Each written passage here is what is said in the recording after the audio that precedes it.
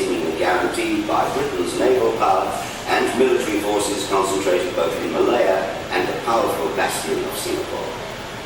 The prevailing attitude was that Australian airmen, sailors and soldiers were helping to guard Britain's territories, and any threat to Australia could be dealt with far from our shores. Australia's main threat came from Japan. Japan had been at war in China since 1937 and had built up a large and modern armed force, spearheaded by aircraft.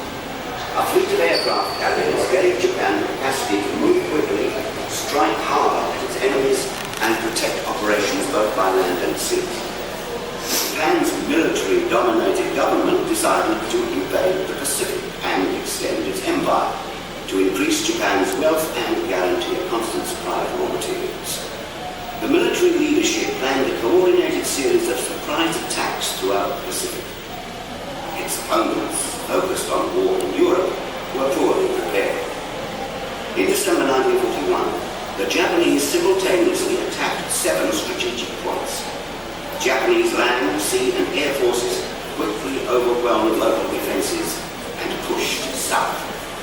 Patrolling Australian bombers based at Portobello in Malaya sighted a large Japanese invasion convoy and tried to shadow it in rough weather.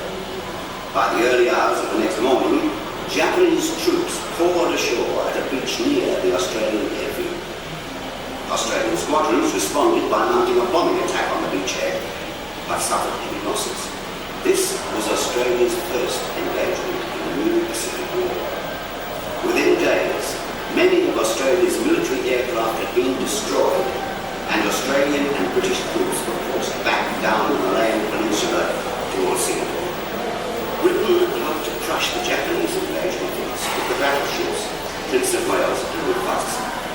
On December 10th, as the ships neared the landing beaches in northern Malaya, they were found by patrolling Japanese bombers and quickly sunk. Within minutes, Australian, British and British planes were struggling against waves of Japanese bombers attacking Singapore. The island was invaded, falling on the 15th of February 1942. The loss of Fortress Singapore represented the end of British military might in the Pacific. Now, Australia and Papua New Guinea were exposed to attack. The Japanese forces advanced quickly towards Australia. By January 1942, they had reached Rabaul, and a few weeks later were preparing for their first major attack on mainland Australia. By February 1942, the tiny northern city of Darwin had become a key part of Australia's northern defences. Its harbour was full of ships, and its airfield was an important operational base for aircraft flying north to resist the Japanese advance.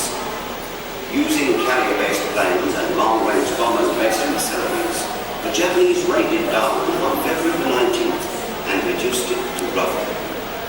The surprise attack also destroyed many ships and aircraft. Heavy Japanese air attacks on Darwin and other northern cities continued into 1943, but were met with increasing resistance.